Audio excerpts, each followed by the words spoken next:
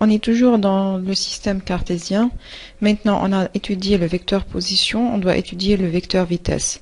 Mais avant d'étudier le vecteur vitesse, le corps doit être en mouvement, ça veut dire il doit se déplacer. Puisque le corps se déplace, donc on doit parler du vecteur déplacement avant de commencer par le vecteur vitesse.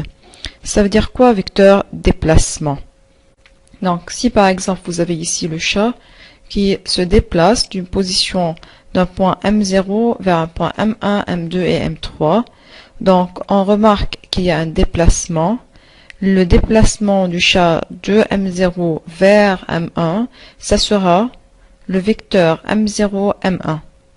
Mais est-ce qu'on peut déterminer le vecteur sans avoir un axe?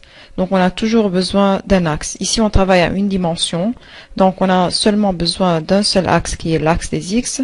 Donc maintenant, après avoir fait représenter l'axe des X, on doit déterminer M0, M1 qui est le vecteur déplacement. Donc si on remarque, ça veut dire quoi vecteur déplacement?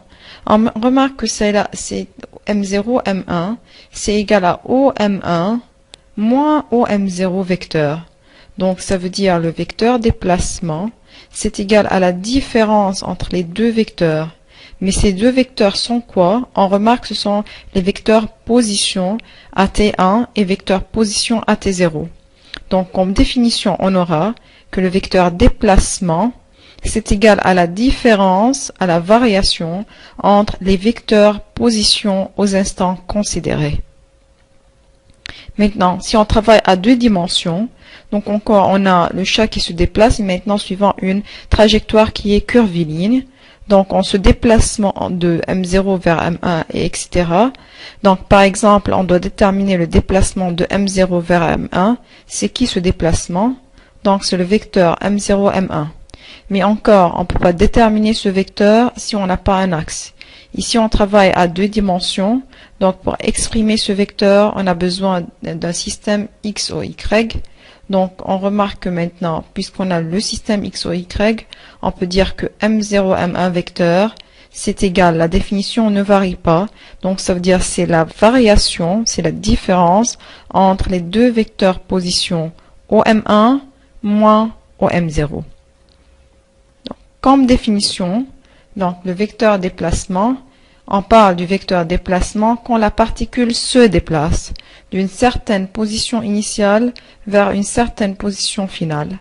Ce vecteur déplacement est noté M initial, M final. Par exemple, s'il se déplace de 0 à 1, donc c'est M0, M1. S'il se déplace de 0 à 2, c'est 0, 2. S'il se déplace de 1 vers 4, donc c'est M1, M4.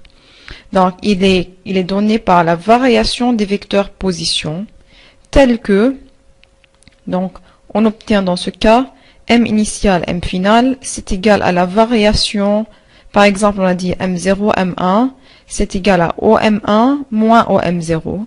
Ce moins, c'est appelé variation, il est noté en mathématiques par delta. Donc, c'est delta, la variation des vecteurs position. Ça veut dire c'est égal à R final moins R initial. On fait maintenant une remarque. Après avoir déterminé le vecteur, on peut déterminer encore la norme, ça veut dire la distance M0, M1 égale à combien comme distance, et c'est pas comme expression en vecteur.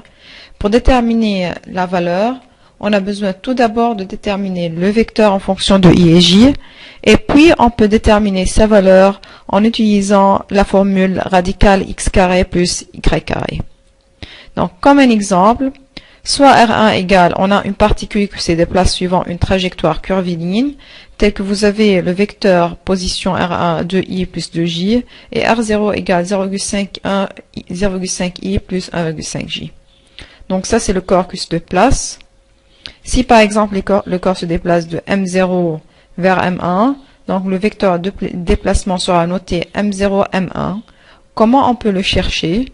Donc, pour le chercher, on a dit c'est la différence, c'est la variation entre les deux vecteurs position. Ça veut dire c'est R1 moins R0. On a R1, on a R0, on fait la différence, donc on obtient le vecteur. C'est ce qu'on appelle le vecteur M0, M1. Comment chercher sa valeur?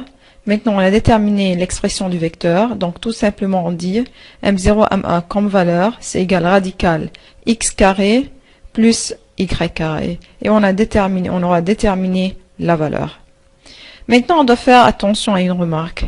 Que toujours on fait la définition, c'est un vecteur déplacement et la variation des vecteurs position. Donc c'est une variation des vecteurs et c'est pas une variation des valeurs. Ça veut dire, on peut pas dire que M0, M1 comme valeur, c'est égal à la différence de R1 moins R0 en valeur. Ça c'est faux. On a toujours besoin de déterminer le vecteur tout d'abord. Donc si par exemple on a R1 égale 5i plus 4j et R0 égale 1i plus 1j. Si on a cherché la valeur de chacun tout seul, donc on obtient une radicale 41 et radicale 10 mètres. Mais si on cherche le vecteur déplacement, ça veut dire tout d'abord on cherche le vecteur déplacement qui est égal à la variation des vecteurs position, on obtient 4i plus 3j. Maintenant la valeur de ce vecteur c'est égal à 5 mètres. Mais est-ce que ce 5 mètres égale à la variation des valeurs chacune tout seul? Donc remarquez, si on fait R1 moins R0 comme valeur, comme différence des valeurs, on obtient c'est égal à 3,16 mètres. Mais lorsqu'on fait la valeur du vecteur position, du vecteur déplacement, on obtient c'est égal à 5 mètres. Donc on doit faire attention. Toujours pour déterminer la valeur du vecteur déplacement, on a besoin tout d'abord de faire la différence des vecteurs position, car ça c'est la définition, et puis chercher sa valeur. On doit continuer maintenant l'application qu'on a commencé lorsqu'on a déterminé le vecteur position. Avant de continuer cette application, on fait un petit rappel. Donc un vecteur déplacement d'une position initiale à une position finale est donné par le vecteur m initial, m final, tel qu'il est égal à la variation des deux vecteurs position au m final moins au m initial. Par exemple, m2, m5 égale R5 moins R2 vecteur. Pour déterminer la valeur, donc c'est égal à radicale delta x carré plus delta y carré. Ça veut dire on cherche tout d'abord le vecteur et puis on calcule la valeur. Maintenant, en appliquant cette partie, on a l'application qui nous donne OM égale t plus 1i plus moins t carré plus 2tj. Ça, c'est le vecteur position d'une particule m qui se déplace en fonction du temps. Donc, la question, c'est déterminer le vecteur déplacement entre t0 et t3 et entre t0 et t2, et puis calculer sa valeur. Donc, pour faire cette application, on a dit comme dans la partie précédente, on a déjà cherché les vecteurs position R0, ça veut dire OM0, R1, R2 et R3. Maintenant, on doit utiliser ces données. Donc, pour déterminer le vecteur déplacement entre T0 et T3, ce sera le vecteur donné par M0, M3, qui est égal à la variation de deux vecteurs position R3 et R0.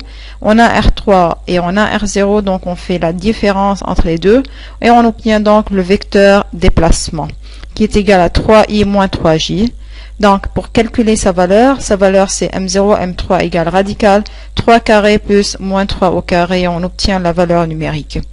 Maintenant, en écrivant le vecteur déplacement, c'est pas nécessaire d'écrire égal delta R, c'est seulement pour faire attention que c'est une variation, mais on peut directement écrire M0, M3 égale OM3 moins OM0, ou bien M0, M3 égale R3 moins R0. C'est la même écriture.